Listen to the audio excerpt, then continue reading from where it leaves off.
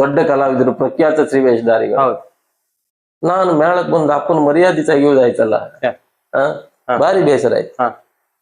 ಅದೇ ಸುಧಾ ಲಾಡದಲ್ಲಿ ಹರ್ಗೈ ಕಣ್ಣೀರ್ ಹಾಕಿದೆ. ಇದು ಸುಳ್ಳಲ್ಲ, ಇದು ಸತ್ಯ. ಇವತ್ತು ಕಾರಣ ಅಂತ ಕೇಳಿದ್ರೆ ಅವ ಶ್ರುತಿ ಬಿಡುವುದಿಲ್ಲ, ಅವನು ಶ್ರುತಿ ಇಟ್ಟುಕೊಂಡೆ ಪದ್ಯ ಎತ್ತಾನೆ. ಅವನು ಬಿಡ್ತದೆ, ನನಗೆ ಬಿಡ್ತದೆ. ನೀವು ಶ್ರುತಿ ತೆಗಿಬೇಕಲ್ಲ. ಹೌದೌದು, ಅದು ಒಂದೇ. ಚಂದಿರ ದೀಪ ಕೇಳು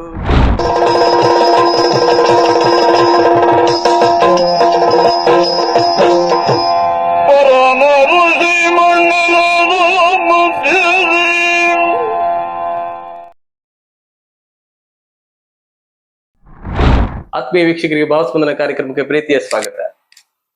ನಾವು ಜನಪ್ರಿಯ ಸ್ತ್ರೀ ಪಾತ್ರಧಾರಿ ಮಾಧವ ನಾಗೂರ್ ಅವರ ಮನೆಗೆ ಬಂದಿದ್ದೀವಿ. ಕಳೆದ ಎಪಿಸೋಡ್ ಅಲ್ಲಿ ಅವರ ಬಾಲ್ಯ ಜೀವನ, ಅವರ ತಂದೆ ತಾಯಿಯರ ಬಗ್ಗೆ, ಅವರ ಯಕ್ಷಗಾನ ಆಸಕ್ತಿಯ ಬಗ್ಗೆ ಬಹಳಷ್ಟು ತಿಳಿದಿವಿ.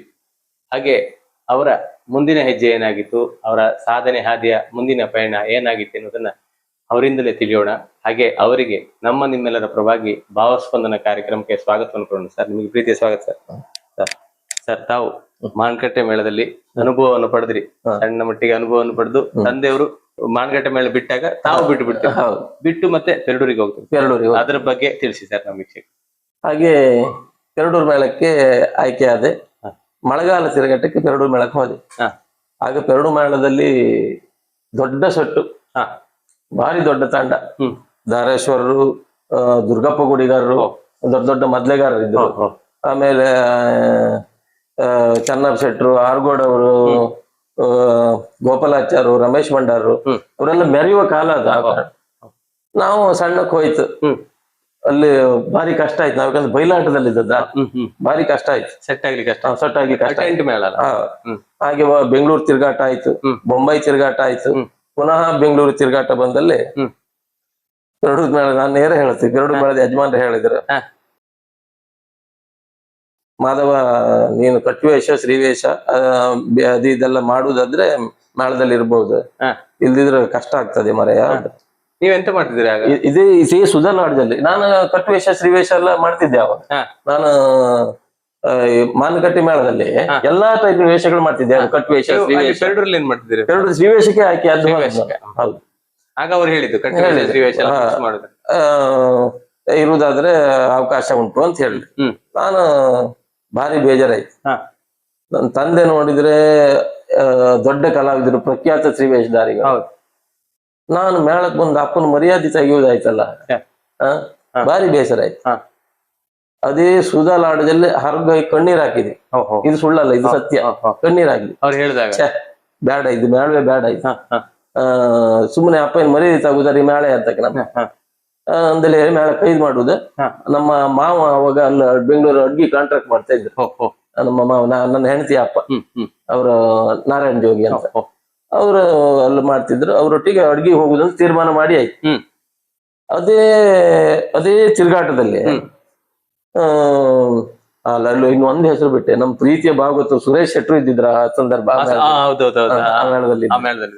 ಆಮೇಲೆ ನಮ್ ಸ್ವಲ್ಪ ಪ್ರೀತಿ ತೋರಿಸಿದಾರೆ ಅವರೇ ಅಲ್ಲಿ. ಅವರು ಹೇಳಿದ್ರು ಕೆಲವು ಸಲ, ಮಾಧವ ಕಷ್ಟ ಆತ್ ಮೇಳ, ಟೆಂಟ್ ಮೇಳ ಅಷ್ಟು ಸುಲಭ ಇಲ್ಲ, ಈಗೆಲ್ಲ ಹೇಳಿದ್ರು ಅವರು. ನನ್ನ ಒಂದು ಒಳ್ಳೆತನಕ್ಕೆ ಇದು ಹೌದೌದು ಖಂಡಿತ ಹೇಳಿದ್ದು. ಆಮೇಲೆ ಆರ್ಗೋಡ್ ಮೋಹನ್ ದೇಶಾಣಿಯವರು ಇದ್ದಿದ್ರು, MK ರಮೇಶ್ ಆಚಾರ್ಯ ಇದ್ದಿದ್ರು. ಒಂದಿನ ಒಂದು ಬ್ರಹ್ಮ ಕಪಾಲದ ಯಕ್ಷಿಣಿ ಬಂತು. ಯಕ್ಷಿಣಿ ಬಂದಾಗ ಅವರು ಎಲ್ಲ ಸೀದಾ ಹೋಗಿ ನಮ್ಮ ಗುರುಗಳ ಎಲ್ಲ ಬರ್ಕಂಡೆ. ಇವರು MK ಅವರು ಸಜೆಷನ್ ಕೊಟ್ರು. ಆ ದಿನ ಅದು ಒಂದ್ ಸ್ವಲ್ಪ ಪಾಸ್ ಆಯ್ತು. ಮಾರನೇ ದಿನ ನಮ್ಮ ಆರ್ಗೋಡರೊಟ್ಟಿಗೆ ನಮ್ಮ ಗುರುಗಳವ್ರ ಅವ್ರೊಟ್ಟಿಗೆ ಅವ್ರ ನಂದು ಕೃಪಿ ಅಂದೇಳಿ ಹೇಳಿ ಯಾವ್ದೋ ಒಂದು ಪ್ರಸಂಗದಲ್ಲಿ ಅದು ಪಾಸ್ ಆಯ್ತಾ. ಆಮೇಲೆ ಅಲ್ಲಿಂದ ಎಲ್ಲ 5-6 ಜನ ಶ್ರೀವೇಶಧಾರಿಗಳಿತ್ತು ಆ ವರ್ಷ. ನೀಲ್ಕೂಡರ್ ಇದ್ರು, MK ಇದ್ರು, ತುಂಬಾ ಜನ ಇತ್ತು. ಯಾರಾದ್ರೂ ಒಬ್ರು ಕಮಲಶಿಲೆ ಮೇಳಕ್ ಬರ್ಬೇಕಂದ್ರೆ ಅದು ಅವ್ರ ಅಗ್ರಿಮೆಂಟ್ ಮಾಡಲ್ಲ. ನೀಲ್ಕೂಡರ್ ಅಗ್ರಿಮೆಂಟ್ ಮಾಡಿರ ಆ ವರ್ಷ. ಇವರ ನಮ್ಮ ಆರ್ಗೋಡ್ ಗುರುಗಳಕ್ಕೆಲ್ಲ ಯಾರು ಬೇಕೋ ಕೇಳಿದ್ರು. ಉಳೂರು ಶಂಕರಣ್ಣು ಇದ್ದೀರಾ, ಯಾರು ಬೇಕು ಕೇಳಿದಕ್ಕೆ ನಂಗೆ ಮಾಧವನ್ನೇ ಕೊಡಿ, ಅವನ್ನ ಕರ್ಕೋತಿ. ಕಮಲಶಿಲೆಗೆ. ಹೌದು. ಅಲ್ಲಿಗೆ ನನ್ನ ಯಕ್ಷಗಾನ ಜೀವನ ಬದಲಾವಣೆ ಆದ್ದು. ಅಲ್ಲಿಂದ ಅಲ್ಲಿಂದ ಹಾ ಅಲ್ಲಿಂದ ನನ್ನ ಕಮಲಶಾಲೆ ಎಲ್ಲಂದ್ರೂ ಗೊತ್ತಿಲ್ಲ, ನಾನು ಮಾನಕಟ್ಟೆ ವಾತಾವರಣದಾಗ ಹೌದು ಕಡೆ ಕಮಲಶಾಲೆ ಮೇಳಕ್ಕೆ ಅಲ್ಲಿಂದ ಇಲ್ಲಿ ಇಲ್ಲಿಂದ 2,000 ರೂಪಾಯಿ ಜಾಸ್ತಿ ಕಮಲಶಾಲೆ ಮೇಳಕ್ಕೆ ಹಾಕಿ. ಓಹೋ 6 ತಿಂಗಳಿಗೆ. ಇಲ್ಲಿಂದ 2,000 ರೂಪಾಯಿ ಅಲ್ಲೇ ಹೆಚ್ಚು. ಅಲ್ಲಿ ಯಾವ ತರ ಪಾಠ? ಅಲ್ಲಿ 2ನೇ ಶ್ರೀವೇಷಕ್ಕೆ ನಾನು ಒಡ್ಡೋಲ್ಗ ಶ್ರೀವೇಷ ಕಟ್ವೇಷ ಮಾಡ್ತಿದ್ದವನು 2ನೇ ಶ್ರೀವೇಷ ಕೂರ್ಸದ ಪ್ರಮೋಷನ್ ಡೈರೆಕ್ಟ್ ಮೇಲೆ. ಅದು ಬಯಲಾಟ ಮೇಳ ಸರ್? ಬಯಲಾಟ ಮೇಳ, ಕಮಲಶಾಲೆ ಒಳ್ಳೆ ಮೇಳ, ಒಳ್ಳೆ ಮೇಳ. ಆಮೇಲೆ ಅಲ್ಲಿ 5 ವರ್ಷ ಇದ್ದೆ. ಸ್ಟಾರ್ಟಿಂಗ್ ಅಲ್ಲಿ ಸ್ವಲ್ಪ ಕಷ್ಟ ಆಯ್ತು, ಯಾಕಂದ್ರೆ ಸ್ಥಾನ ತುಂಬುದು ಬಾರಿ ಕಷ್ಟ. ಈಗ ಮುಖ್ಯ ಶ್ರೀವೇಷಧಾರಿ ಇಲ್ದಿದ್ರೆ ಸಖಿ ಶ್ರೀವೇಷಧಾರಿ ಸಮರ್ಥವಾಗಿ ಆ ಪಾತ್ರಗಳನ್ನ ಮಾಡ್ಬೇಕು. ಒಂದು ದಮಯಂತಿ ಮುಖ್ಯ ಶ್ರೀವೇಷಧಾರಿ ಏನಾದ್ರು ಸಮಸ್ಯೆ ಆಯ್ತು, ದಮಯಂತಿ ಮಾಡ್ಬೇಕು. ಆಮೇಲೆ ಚಂದ್ರಮತಿ, ಈಗ ಸಖಿ ಶ್ರೀವೇಷ ಜಾಗ ಅಂದ್ರೆ ಮುಖ್ಯ ಶ್ರೀವೇಷಧಾರಿಗೆ ಏನ್ ಸಾಮರ್ಥ್ಯ ಇತ್ತು ಅದ್ರ ಅಷ್ಟೇ ಸಾಮರ್ಥ್ಯ ಇರ್ಬೇಕು ಸಖಿ ಶ್ರೀವೇಷ. ಆಮೇಲೆ ಅಲ್ಲಿ ನನಗೆ ಹೆನ್ನಬೇಲು ಸಂಜೀವ್ ಶೆಟ್ಟರ್ ಸಿಕ್ಕ, ಅದು ನನಗೊಂದು ಒಳ್ಳೆ ಇದಾಯ್ತು. ಒಳ್ಳೆ ಸಾತ್ವಿಕ ಮನುಷ್ಯ ಅವರು, ಒಳ್ಳೆ ಹೇಳಿಕೊಟ್ರ ಅನುಭವಗಳನ್ನೆಲ್ಲ. ಅವರು ಸ್ವಲ್ಪ ಒಳ್ಳೆ ತಿರುಗಾಟ ಮಾಡಿದ್ರೆ ಅಮ್ಮನಾಗೆ ಕೊಟ್ಟಿಗೆ ಅವ್ರಿಗೆ, ನಂಗೂ ಅದು ಅನುಕೂಲ ಆಯ್ತು. ಮತ್ತೆ ನಮ್ಮ ಗುರುಗಳು ಆರ್ಗೋಡು ಮೂಲದರ್ಶಿನಿ, ನಾನು ಏನಾದ್ರೂ ರಂಗಸ್ಥಳದಲ್ಲಿ ಇವತ್ತಿನ 4 ಮಾತಾಡ್ತಾ ಇದ್ದೆ ಅದ ಕಾರಣ, ಅದಕ್ಕೆ ಅವರೇ ಕಾರಣ. ಅದು ನಾನು ಎಲ್ಲಿ ಅದ್ದಿ ತಟ್ಕೊಂಡು ಹೇಳ್ತೇನೆ. ಖಂಡಿತ 5 ವರ್ಷ. ಹೌದು 5 ವರ್ಷ ಅಲ್ಲಿ ಒಳ್ಳೆ. ಯಾವ ತರದ ಪಾತ್ರ ಎಲ್ಲ ಮಾಡಿದ್ರು ಸರ್ ಅಲ್ಲಿ? ಎಲ್ಲ ಪಾತ್ರ ಶ್ರೀವೇಷಧಾರಿಗಳ ಈ ಹುಡುಗಾಟಿಕೆ ಪಾತ್ರಗಳು ಮಾತ್ರ ಜಾಸ್ತಿ ಮಾಡಿದ್ದ. ನಮ್ಮ ಯಜಮಾನ್ರ ನಾರಾಯಣ ಶೆಟ್ರ್ ಇದ್ರೆ ಅವರೇ ಮಾಧವನಿ ಮೀನಾಕ್ಷಿ ಹಾಕಿ, ಮೀನಾಕ್ಷಿ ಒಳ್ಳೆ ಮಾಡ್ತಾರೆ.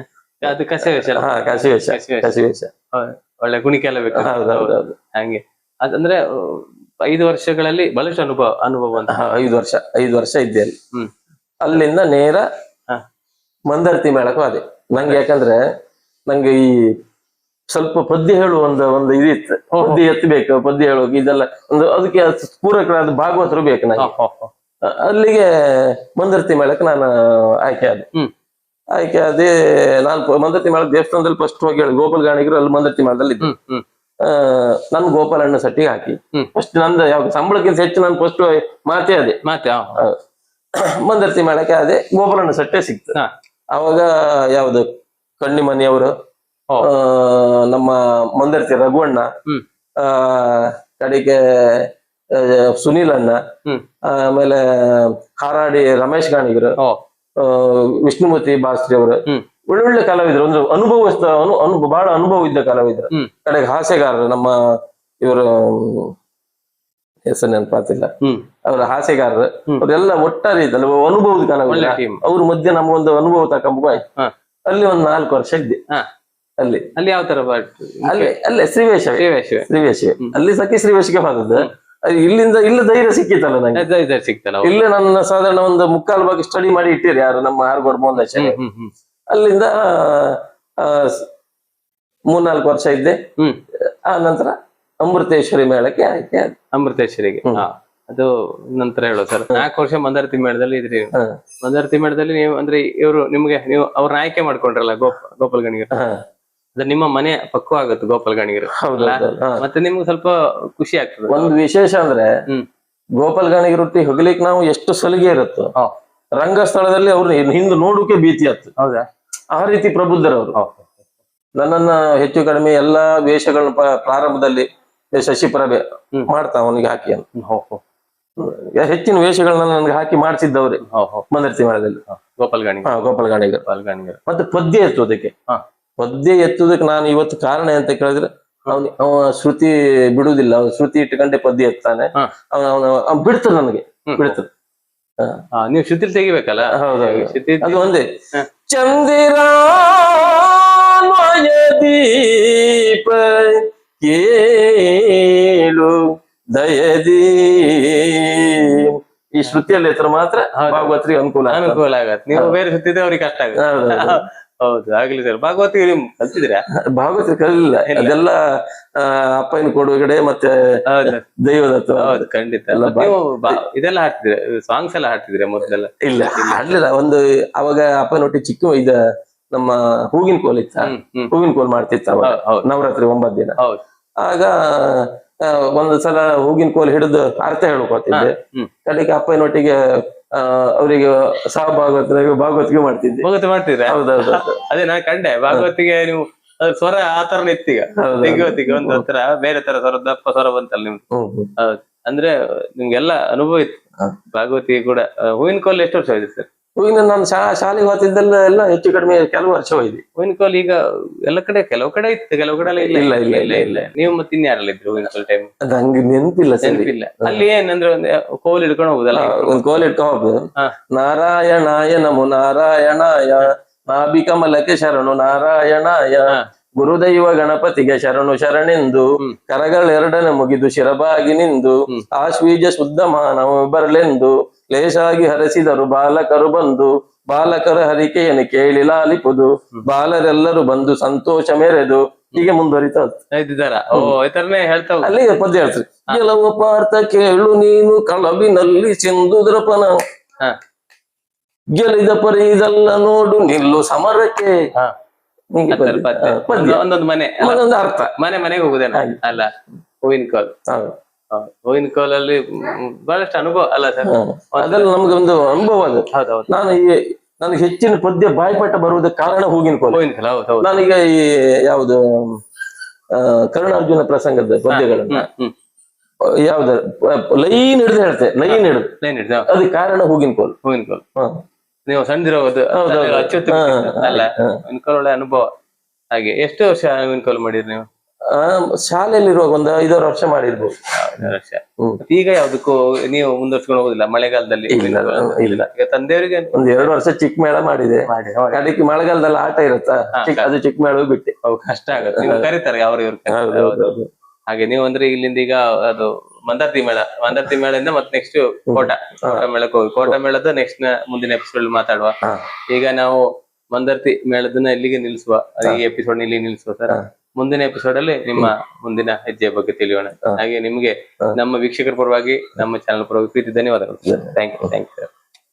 ಆತ್ಮೀಯ ವೀಕ್ಷಕರು, ಇದಾಗಿತ್ತು ಅವರ ಯಕ್ಷಗಾನ ಕಲಿಕೆಯ ನಂತರ. ಅವರು ಮೊದಲಿಗೆ ಮಾನ್ಕಟ್ಟೆ ಮೇಳಕ್ಕೆ ಹೋಗ್ತಾರೆ, ತದನಂತರ ಅವರು ಹೀಗೆ ಮಂದಾರ್ತಿ ಮೇಳ, ಕಮಲಶಿಲೆ ಮೇಳದಲ್ಲಿ ಹೋಗಿ ತಮ್ಮ ಅನುಭವವನ್ನು ಹೆಚ್ಚಿಸಿಕೊಂಡು ಈಗ ನಂತರದ ಯಾವ ಮೇಳಕ್ಕೆ ಹೋಗ್ತಾರೆ ಅನ್ನೋದನ್ನ ಅವರು ಮುಂದಿನ ಎಪಿಸೋಡ್ ತಿಳಿಸಲಿದ್ದಾರೆ.